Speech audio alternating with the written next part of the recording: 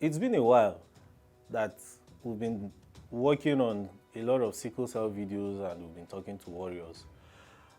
And they've been sharing their experiences about how people treat them and what they've been going through in the society. Ironically, it's unfortunate that even in the 21st century, we still have children being given birth to with sickle cell. I think most people don't understand the magnitude of what most people are saying about the situation. I mean, you see someone going through pain and literally the person is describing the pain and you just feel this person is pretending. You see someone say pain is pain. You see someone in the hospital always having needles stuck in their body, looking for vein, treating them with injections and drips and all that, and you think it's a joke. Recently, I was watching Sisi Okwe's YouTube page, and she, in one of her videos where she was telling people that she has sickle cell, she was sharing her experience of how eventually it got to the point where her parents said, "We don't have the money to take care of you." And they are both AS. And now she has to take care of herself. In one day, she spent up to 850,000 naira just to treat herself from crisis. We live in a world where things are not getting better.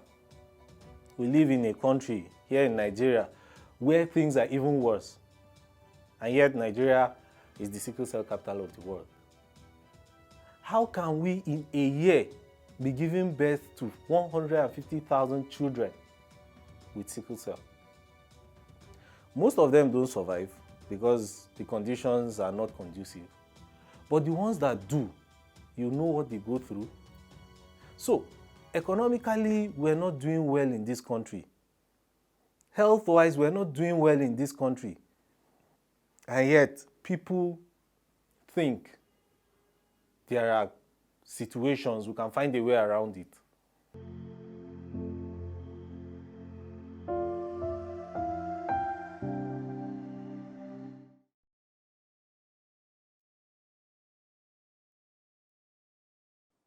In the events of life, normally as human beings, you find out when a woman gives birth to a child, we first of all want to know the sex of that child.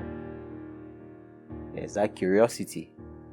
Did she give birth to a boy or a girl? It's like a tradition. It's like it has been something that has been part of us unconsciously. Was the delivery a normal one or through a CS? If there were any complications in the process of giving birth, there's this excitement all around and the joy all around her because she brought forth a life. No one asks if she gave birth to a child with a condition. Sickle cell, for instance. We do that because we are first of all humans, before any other condition. She is congratulated and then celebrated. She is not stigmatized. And as human beings, we first of all see a man or a woman, a father or a mother, a son or a daughter, an auntie or an uncle, a friend or even an enemy. We don't see the disease. That is how we show our humanity. Let's stop the stigmatization of people living with sickle cell, because we are first of all humans, then sickle. Stop the stigma. Heal the pain. Show love.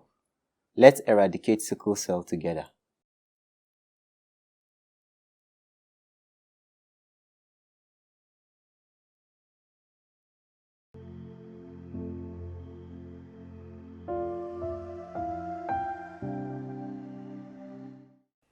Okay, let's analyze it together. You are AS, she's AS. You spent 5 years, you spent 9 years, you spent a while together. And you feel you can't you can't call it off. You can't do without each other. And then you go ahead to get married. People out there will tell you all sorts of things. They don't prepare you for what's coming. They don't prepare you for the psychological trauma. They don't prepare you for the economic hardship. They don't even prepare you for the emotional blackmail that comes with it. We're talking about a situation where you have to literally look after another person with everything you have. There are people that have 4 children and all of them are SS. There are people that have 4 children, 3 of them are SS. There are people that have 4 children, 1 of them is SS. There are people that have 4 children, all of them are AA. But how long do we continue this gamble? They lay out these options for you and they don't tell you that when these things start going down, when it starts happening, these are the things you should do to help you. Most of them will just come and meet you, hey, yeah, God will take control. Stop blackmailing God, in my opinion. God does not want you to do something and expect him to solve it when you knew what you would have done wrongly. Right. I beg your pardon, right. You see, the irony is, when you look at the options, okay, you have prenatal testing. You have this test that you get some fluid from the woman. It's always the woman. It is always the woman. The man spends the money. The woman takes the responsibility. And yet we have women that are still willing to go down that road. You take sample from a woman and you test it for sickle cell or other, diseases and all that. When they are telling you this option, there is option A, you do the test, it is either through a needle or they insert something through the cervix or it's embryo testing. Do you have 350,000 you're not using to be keeping for test? One test. If eventually you decide you don't want to have children, you want to adopt, if the woman eventually psychologically becomes unstable and she feels, I want to hold my own child, because we're living in a society where there are so many things that are wrong. Traditional barriers, cultural barriers, we have religion with its own in one set, and people just feel it's easy. My stand is, when I started sickle cell movement and advocacy group alongside my friends, we knew it's simple. We're advocating for one thing, marry right. We're advocating for one thing, let's stop bringing sickle cell children into this world. Because if you see what these children go through, we're talking aside marriage, the fact that they can't have a life partner quickly to get married to, we're looking at the fact that these children would also have to take care of themselves, fend for themselves. We're also looking at the whole medical angle of this whole thing. And yet, we still want to bring children into this world. If you can make up your mind to go through the testing process, you test first child, flush it if it's sickle cell. Second child, flush it if it's sickle cell. Third child, flush it if it's sickle cell. If psychologically the woman is okay and all that plays out and everything, why wouldn't you make up your decision to start flushing it from day one? Just ask whoever you're attracted to, what's your genotype? And move on. If this thing doesn't work, if it's not compatible, move to the next one. You don't have to put yourself through a system of flushing pregnancies and living with the guilt. Oh, there is bone marrow transplant, they do stem cell.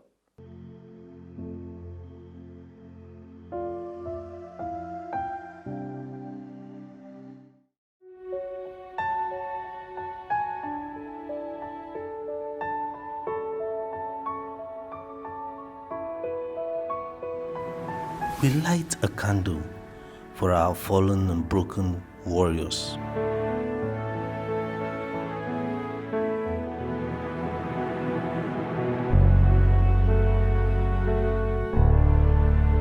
We raise a flag for the resilient. We pop a drink for the successful.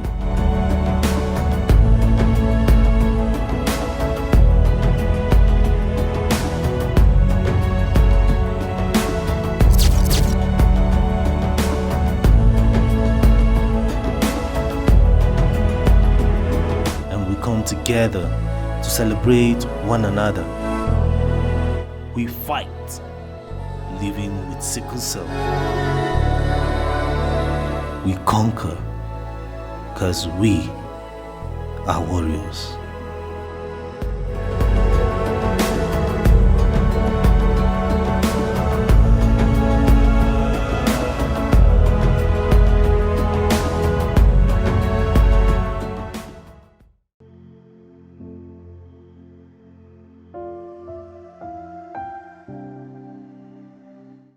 It's about time we're sincere with ourselves and tell ourselves the reality.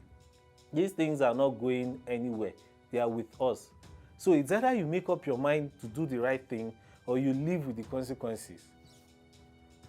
My stand is, if you're AS, she's AS, look for another person.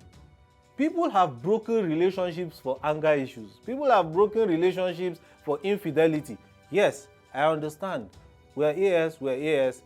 There is no issue of lack of trust or infidelity or somebody cheating or anger issues and all that. Your emotions are intact. It's just genotype, right? That's what we're telling ourselves. It's just genotype. Yes, we can just find out that genotype from day one. Stop eating the pizzas and stuffing your brain with all the romantic things they are telling you. Stop getting carried away by she has nice hips, she has nice face, she's attractive, she's fair, oh, I can carry her to my friends, she's a trophy. Whatever it is in your mind, factor the genotype from day one. Are you compatible? Because this thing has gotten to the point where we have to tell ourselves the truth. If you watch my YouTube page, you'll see that there are different videos of warriors sharing their stories. There is a doctor talking about things people should do and explaining the complications behind sickle cell, explaining to people what hemoglobin types are and all that. And then we have men of God also talking to people about the things they need to do to consider, because there is where faith stops and reality starts. So we can do this. We can do this right, as a matter of fact, because don't be second guessing. Just do it. As long as you know eventually you're going to have a life that you would live and enjoy with your partner. Marriage is not supposed to suffer you. There are issues of marriage already. You need to be feeding the family, people will fall sick, and all those things will come. But we're saying, why give yourself an issue that will haunt you for a long time, almost throughout life?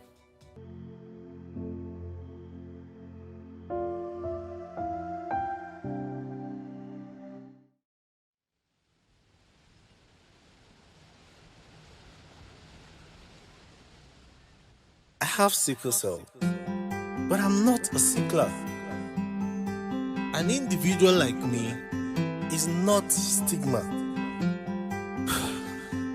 A perplexing circumstance of my enigma has me friends stereotyping and not understanding, family empathizing but not contributing, ladies admiring but not loving, engaging but not indulging. I have a condition, but who doesn't? It may be malaria, typhoid, or hepatitis. I keep defending I am not a disease, but human. also endowed with genes and DNA, bone marrow, genotype and blood type, veins and bones, heartbeat and brainstorm. I've got a life and I'm living it. Except I'm dead, I'm as human as any other, carrying my cross lighter than that of others caught up between life and death, yet seen as a human defect. I may not be an athlete or bodybuilder, but I can be a doctor, scientist and an artist, fulfilling my own purpose. I am sickle, not cursed. Neither am I a walking corpse. And until I am dead, I live with my condition because I am as human as any other. Just human.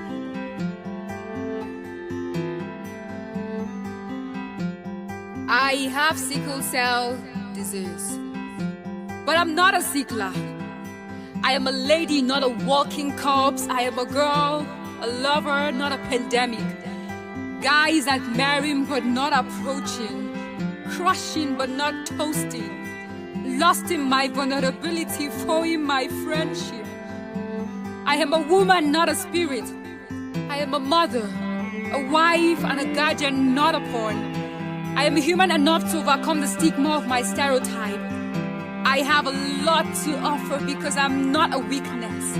I am reproductive enough to offspring greatness with enough breast milk for nurture. I can be a lawyer, architect, or a scientist. I am a friend, a girlfriend, a lover, a companion. Beautiful, pretty, or whatever. Going places, overseas, or wherever. Until I am dead, I live with my condition. Because I am as human as any other. Just human.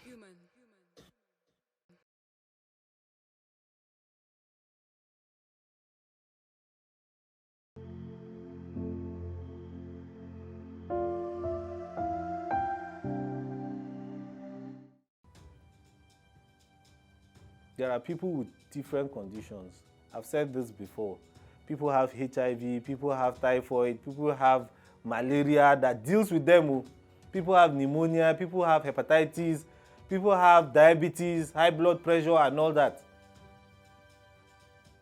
These things some of these things may be hereditary, but sickle cell is automatic. Like, you can't even gamble if this person is born. Once the sickling gene has already found its place in the whole process, it is automatic for the person. We can even control some of these things. How do you control somebody going through pain, that his head is aching, his ankles, his pain, everywhere is paining him in his body, and you just look at him and you pity, and you say, hey, yeah, when you would have stopped it. Let's do this together. Let's fight sickle cell, because it's possible. We can reduce drastically. How can we have 25% of the Nigerian population living with sickle cell? Do you know how much that is? Yes, it's much. So let's fight sickle cell together. My name is Alpha. I'm a filmmaker, and I care about you. I care about myself. I care about people around me. And I care about those living with sickle cell.